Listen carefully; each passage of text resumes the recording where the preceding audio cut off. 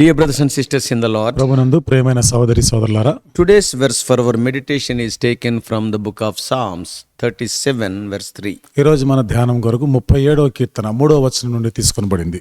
Trust in the Lord and verily thou shalt be fed. యెహోవా యందు నమ్మిక ఉంచి సత్యమును అనుసరించుము. The book of Psalms is the most widely read book of the Bible. ఈ కీర్తనల గ్రంథము Bible గ్రంథంలో ఎక్కువగా చదవబడినటువంటి గ్రంథం. What are Psalms? కీర్తనలు అనగా ఏమిటి? Psalms are poems set to music. ఈ కీర్తనలు సంగీతంతో కూడా పాడిన పద్యాలు లాంటివి. And they were sung during the temple worship and are on the appointed religious days. ఆలయంలో ఆరాధన చేసే సమయంలో పాడుకున్నవి, అలాగే మతపరమైనటువంటి కొన్ని ఆచారాలు జరిగినప్పుడు కూడా ఈ పాటలు పాడుకుంటారు. The book of Psalms is a book about human emotions. ఈ కీర్తనల గ్రంథము మానవుని యొక్క భావోద్రేకాలు కూడా ఉన్నాయి. Psalms expresses every possible human emotion. ఈ కీర్తనలో మానవునికి వచ్చే ప్రతి భావోద్రేకాన్ని కూడా అది వ్యక్తపరుస్తారు. The emotions of love, ప్రేమను గురించిన the ఉద్రేకము, emotions of joy, సంతోషం యొక్క భావోద్రేకం, sadness, విచారం, దుఃఖము, sometimes in despair, కొన్నిసార్లు కృంగిపోయిన and సమయాలు, distress and depression. కొన్నిసార్లు బాధల్లో ఉండి మనం ఎంతో కృంగిపోయిన స్థితిలో Sometimes ఉన్నప్పుడు, the emotions of anger and revenge. కొన్నిసార్లు కోపము, పగ, ఇలాంటి భావోద్రేకాలు, Also some desperation. కొన్నిసార్లు మనం ఎంతో తీరనటువంటి నిస్పృహలో ఉన్నాం, Sometimes the emotions of humility or victory. కొన్నిసార్లు ఎంతో అవమానపరచబడి, లేకపోతే కొన్నిసార్లు విజయం సాధించిన ఈ I am భావోద్రేకాలు. just naming a few of those emotions. కాబట్టి ఇలాంటి భావోద్రేకాల్లో కొన్ని మాత్రం నేను చెప్పాను. All these are dealt with in the book of Psalms. ఇవన్నీ కూడా కీర్తనల గ్రంథంలో ఉన్నాయి. As we know, the book of Psalms contain 150 individual psalms, కీర్తనల గ్రంథం అంతట్లో కూడా 150 కీర్తనలు ఉన్నట్టుగా మనకు తెలుసు. and also they are grouped into several categories. వీటిని వేరు వేరు గుంపులుగా దాని భాగాలుగా విభాగించారు. Psalm 37 is known as the wisdom psalm. 37వ కీర్తన జ్ఞానం యొక్క కీర్తనగా చెప్పబడింది. These psalms are important because they are used in times of decision when we are searching for God's will and direction in our lives. ఈ కీర్తన ప్రాముఖ్యమైనది మన జీవితంలో. మరి దేవుని యొక్క నడిపింపు కొరకై, ఆయన సహాయం కొరకై, ఏదైనా నిర్ణయం తీసుకోవడానికి దేవుని సహాయం కొరకై మనం ప్రార్థించినప్పుడు దానికి సంబంధించిన కీర్తనగా చూడొచ్చు. Psalm 37 was written because David had become disturbed over the prosperity of the wicked. దుష్టులు వాళ్ళు వర్ధిల్లుతుండట చూచినప్పుడు దావీదు ఎంతో నిస్పృహలో ఈ కీర్తన రాస్తున్నాడు. And he could not understand how the wicked had everything they wanted and the righteous are suffering. దుష్టులు వారు ఏది కావాలంటే అది వారికి అందుబాటులో వాళ్ళు చేస్తున్నారు, నీతిమంతులేమో బాధలు అనుభవిస్తున్నారు. ఇలాంటి కలవరమైన పరిస్థితిలో ఉండినాడు. They did what they liked. వాళ్ళకి నచ్చింది వాళ్ళు చేసినారు. Nobody stopped them. ఎవరు వాళ్ళు ఆపలేకపోయినారు. David began to become very angry. ఇప్పుడు దావీదుకి మహాకోపం వచ్చింది. But David had to remember, just like we too must remember, that God is in control. అయితే సమస్తం కూడా దేవుని యొక్క నియంత్రణలో ఉందన్న సంగతి మనం ఎట్లయితే జ్ఞాపకం చేసుకున్నామో దావీదు కూడా ఆ విషయాలే జ్ఞాపకం He చేసుకోవాలి. always deals with men justly.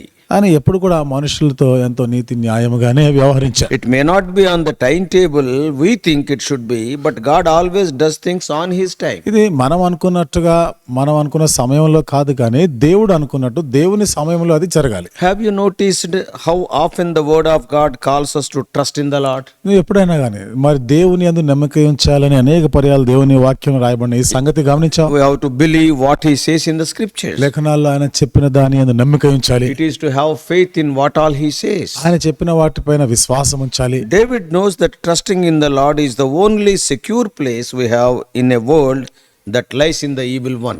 దేవుని యందు నమ్మకం ఉంచడం మాత్రమే ఈ దుష్ట లోకంలో మనల్ని ఎంతో కాపాడి భద్రంగా ఉంచేది అన్న సంగతి దావీదు ఎరిగి ఉన్నాడు. He knows that if we acknowledge him in all our ways and trust him in all our ups and downs of life, మన మార్గములన్నీ కూడా దేవునికి అప్పగించి మన జీవితంలోని ఒడిదొడుగు పరిస్థితులన్నింటిలో కూడా మనం ఆయన పైన he ఆధారపడినప్పుడు will direct our goings out and comings in, and he will govern our lives in a way that is best for us. కాబట్టి మన మార్గములన్నీ కూడా ఆయన నడిపిస్తాడు. మనకి ఏది శ్రేష్టమైనదో వాటిని ఆయన జరిగిస్తాడు. When you go out, when you come in, he will guide you. నువ్వు బయటికి వెళ్ళినప్పుడు లోపలికి వచ్చినప్పుడు ఆయన నడిపిస్తా ఉంటాడు. We are to trust him in the temporal as well as the spiritual. మనము తాత్కాలికమైన వాటిని ఆత్మ సంబంధ వాటిపై కూడా దేవుణ్ణే నమ్మాలి. To trust him for the things of the body as well as the soul. శరీర సంబంధమైన అక్కర్ల కొరకు, ఆత్మ సంబంధ అక్కర్ల కొరకు ఆయన యందు నమ్మకం We ఉంచాలి. have to trust him in time and also into eternity. కాబట్టి మనం ఈ సమయమందును నిత్యత్వం కూడా ఆయన యందే నమ్మకం ఉంచాలి. To trust him in all the ages and different stages of our life. మన జీవితంలో అన్ని తరాలలో అన్ని కాలాలలో కూడా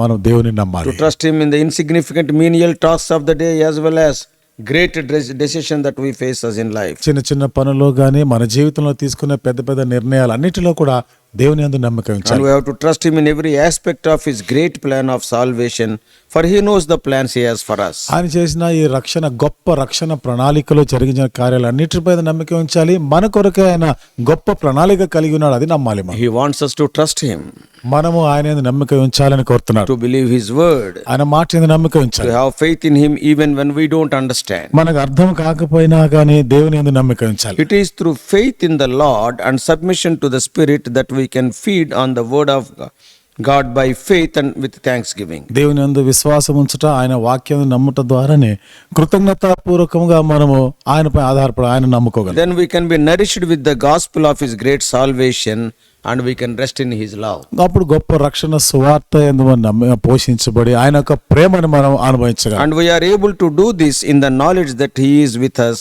in all tasks of our life. మన జీవితంలో అన్ని పనుల్లో ఆయన మనతో కూడా ఉన్నాడు, సహాయం చేస్తున్నాడని మనం ఎరుగుట వలన వస్తుంది. No matter what happens in life, జీవితంలో ఏది సంభవించినా గానీ our times are in His hands and we are called on to trust all into His hands. మన కాలగతులన్నీ కూడా ఆయన వశంలో ఉన్నాయి. అన్నిటి కొరకు కూడా ఆయన పైన మనం ఆధారపడి ఆయన చేతికి అప్పగించాలి. And it is good and honoring to Him. ఇది మంచిది, ఆయనను ఘనపరిచిన వారం అవుతాం. We are to do the good things that He has prepared for us. దేవుడు మన కొరకై ముందుగా సిద్ధపరిచిన సత్క్రియలు మనం చేయవలసిన We have to do them with His strength and power and knowing that He is faithful God and His faithful is new every morning. ఆయన యొక్క బలం, ఆయన యొక్క శక్తిని బట్టి మనం చేయాలి. ఆయన నమ్మదగినవాడు, అనుదినము ఆయన ఒక వాత్సల్యత నూతనంగా He will feed us like a shepherd. ఒక కాపరి వలె ఆయన మనల్ని పోషిస్తాడు. He will guide us through all the valleys of life. మన జీవితంలో ప్రతి లోయ పరిస్థితుల్లో నడిపించేవాడు ఆయన. Great is His faithfulness. ఆయన విశ్వాస్యత గొప్పది. David was a man who trusted the Lord. దావీదు దేవుని యందు నమ్మిక ఉంచిన వ్యక్తి. He was a man who was made king while he was still a young man. అతను ఇంకా మరి బాల్యంలో ఉండగానే, చిన్న వయసులో ఉండగానే రాజుగా అభిషేకించబడ్డాడు. He was hunted by Saul who tried to kill him. మరి సౌలు అతను చంపాలని ప్రయత్నించాడే, ఆ సౌలు తరుముతా ఉండినాడు. He endured many hardships, ఆయన ఎన్నో కష్టాలను సహించాడు. but he never lost faith in God. కానీ ఎప్పుడు కూడా దేవునిపై ఉన్న తన విశ్వాసాన్ని ఆయన కోల్పోలేదు. So the verse for our meditation today says, కాబట్టి నేటి దిన ధ్యానం కొరకని వచనంలో చెప్పబడిన మాట, trust in the Lord and do good, so shall thou dwell in the land, and verily thou shalt be fed. యెహోవా యందు నమ్మిక ఉంచి మేలు చేయము, దేశమందు నివసించి సత్యమును అనుసరించుము. Trust means rely on or put confidence in. నమ్మిక ఉంచుట అంటే దేవునిపై ఆధారపడట, ఆయనపైనే నమ్మిక ఉంచాలి. The wise man Solomon writes in Proverbs 29:25. జ్ఞాని అయిన సొలొమోను సామెతల గ్రంథం 29వ అధ్యాయం 25వ వచనంలో ఆయన రాస్తున్నమాట, The fear man bringeth a snare, the fear of man, but who putteth his trust in the Lord shall be safe. భయపడుట వలన మనుష్యులకు ఉరి వచ్చును, యెహోవా యందు నమ్మిక ఉంచువాడు సురక్షితముగా నుండును. We know that God is holy, దేవుడు పరిశుద్ధుడని మనకు తెలుసు. truthful and perfect, ఆయన ఎంతో పరిపూర్ణుడు, ఆయన సత్యవంతుడు, and He is jealous and righteous and just and faithful God. ఆయన రోషం గలవాడు, నీతిమంతుడు, నమ్మదగినవాడు. Blessed is the man who trusteth such a God. అలాంటి దేవుని యందు నమ్మిక ఉంచిన వాడు ధన్యుడు. Everything depends upon trusting God. ప్రతిదీ కూడా దేవునిపై నమ్మిక ఉంచటపై ఆధారపడింది. Therefore, dear brothers and sisters, కాబట్టి ప్రియమైన సహోదరి సహోదరులారా, as we are starting the day, let us acknowledge His ways, మన దినాన్ని ఆరంభిస్తుండగా ఆయన మార్గంలో ఒప్పుకుందాం. and let us delight ourselves in Him. ఆయన యందు ఆయనని బట్టే మనం సంతోషిస్తాం. Let us cast our cares on Him. కాబట్టి మన చింతలు, మన బాధలన్నీ ఆయన మీద వేస్తాం. Above all, let us trust Him. అన్నిటికి మించి ఆయనపై నమ్మిక ఉంచుదాం. May God help you. దేవుడు నీకు సహాయం చేయనుగా. Shall we pray? ప్రార్థన చేసుకుందాం. Loving Heavenly Father, ప్రేమగల మా పరలోకపు తండ్రి, how gracious God, కృపగల మా దేవా, as Thy children, how it is important to trust You in all things. నీ పిల్లలంగా అన్ని విషయాల్లో ప్రభా ఏ విధంగా మేము నమ్మిక ఉంచవలసిందో, As we are going through so many stages of our life, in all the situations, give us faith to trust You. మా జీవితంలోని ప్రభా ఆయా పరిస్థితులు గుండా మనం వెళ్తున్నప్పుడు అన్ని పరిస్థితుల్లో కూడా మీ పైన మేము నమ్మిక ఉంచడానికి సహాయం So many things may happen around us to weaken our faith. ప్రభా, మా విశ్వాసం బలహీనపరిచే అనేకమైన మా చుట్టూ ఆవరించి ఉండొచ్చు. When the wicked people are prospering, that will create so much disappointment in us. దుష్టులు చెడ్డవారు వర్ధిల్తున్నప్పుడు ప్రభా మాకు అది ఎంతో నిరుత్సాహాన్ని కలిగించవచ్చు. Many times the question comes, what is the use of being a Christian or being to walk in God's ways? అనేక పర్యాలు క్రైస్తవులుగా ఉండే లాభం ఏంటిది, దేవుని మార్గంలో నడిస్తే నాకు ప్రయోజనం ఏమిటి అనేటువంటి ఆలోచన రావచ్చు. In all those situations, help us to trust you. ఇలాంటి పరిస్థితులన్నిటిలో కూడా నీపై నమ్మిక ఉంచటకు సహాయం చేయి. Grant us strong faith. దేవా మాకు బలమైన విశ్వాసం అనుగ్రహించు. In Jesus' precious name we pray. యేసు ప్రభువు వారి ప్రశస్తమైన నామములో ప్రార్థించి వేడుకుంటున్నాము తండ్రి. Amen. Amen. Dear brothers and sisters in the Lord, ప్రభునందు ప్రియమైన సహోదరి సహోదరులారా, I want to make a very important announcement this morning. ఉదయకాలము ఒక చాలా ప్రాముఖ్యమైన ఒక ప్రకటన నేను చేయబోతున్నాను. I want you to hear very carefully. మరి ఈ ప్రకటన మీరందరూ జాగ్రత్తగా వినాలని మనవి చేస్తున్నా. All these days, these morning meditations and other messages are uploaded in the YouTube channel John Victor Hebron. ఇంతకాలం కూడా ఉదయకాలపు ధ్యానములు అలాగే ఇతర వర్తమానములు ఇవన్నీ కూడా సహోదరుడు మరి జాన్ విక్టర్ హెబ్రోన్ అనేటువంటి ఆ ఛానల్ యూట్యూబ్ లో ప్రసారం అవుతూ ఉండేవి. All these days you have subscribed to the channel John Victor Hebron. ఇంతకాలం కూడా మీరు జాన్ విక్టర్ హెబ్రోన్ అనే ఈ యూట్యూబ్ ఛానల్ కి మీరు సబ్స్క్రైబ్ చేసుకున్నారు. But when we go to North India and other places, అయితే మరి ఉత్తర భారతదేశంలో ఇంకా ఇతర ప్రాంతాలకు వెళ్ళినప్పుడు many people are asking to have these messages in Hindi language. చాలా మంది ఈ వర్తమానాలే హిందీ భాషలో కూడా ఉండాలి అని కోరినారు. They are telling that you are having so many Christian workers in South India, in North India, that many number of workers are not there. మరి మీరు చెప్తారు కదా, దక్షిణ భారతదేశంలో ఎంతో మంది వాక్యోపదేశకులు సువార్థికులు ఉన్నారు, కానీ ఉత్తర భారతదేశానికి వచ్చినప్పుడు అంతమంది పనివారు లేరు అంటారు. So they are requesting to broadcast them into Hindi also. కాబట్టి హిందీ భాషలో కూడా వీటన్నిటిని కూడా వాళ్ళు ప్రసారం చేయాలని వాళ్ళు కోరుతున్నారు. So now I want you to recognize this difference now. ఈ సమయంలో ఈ వ్యత్యాసాన్ని మీరు గమనించాలని కోరుతున్నాను. We are starting new 2 channels. ఇప్పుడు ఒక 2 కొత్త ఛానళ్ళని ఆరంభం చేస్తున్నాం. One is ఒకటి John Victor Telugu Messages. John Victor Telugu messages అనే ఛానల్ ఉంటుంది. In this channel, ఈ ఛానల్లో you will be having English to Telugu translation as usual what you are hearing. ఇప్పుడు మీరు ప్రతిరోజు వింటున్నట్లుగానే ఇంగ్లీష్ నుండి తెలుగులోకి మరి తర్జుమా చేయబడేటువంటివి యథాప్రకారంగానే వింటారు. So all of you brothers and sisters who have subscribed to John Victor Hebron channel, మరి సహోదరులందరూ కూడా జాన్ విక్టర్ హెబ్రోన్ అనేటువంటి ఈ యూట్యూబ్ ఛానల్ కి సబ్స్క్రైబ్ చేసుకున్న వారు please subscribe afresh to John Victor Telugu Messages. ఇప్పుడు మీరు జాన్ విక్టర్ తెలుగు మెసేజెస్ అనేటువంటి ఈ కొత్త ఛానల్ కూడా దయచేసి సబ్స్క్రైబ్ చేయండి. Because shortly the old channel may be closed. ఎందుకనగా అతి త్వరలోనే ఈ పాతదైన ఛానల్ ఒకవేళ అది మూసివేయబడవచ్చు. So that's why you are requested to subscribe to the new channel from February 1st onwards, John Victor Telugu Messages. ఆ కారణాన్ని బట్టి మరి మీరు జాన్ విక్టర్ తెలుగు మెసేజెస్ అనేటువంటి ఈ కొత్త యూట్యూబ్ ఛానల్ కి సబ్స్క్రైబ్ చేసుకున్నట్లయితే ఫిబ్రవరి 1వ తేదీ నుండి ఇవి ఆరంభించబడుతున్నాయి. The channel is available from January 30th. ఈ ఛానల్ మీకు జనవరి 30వ తేదీ నుండి అందుబాటులో ఉంటుంది.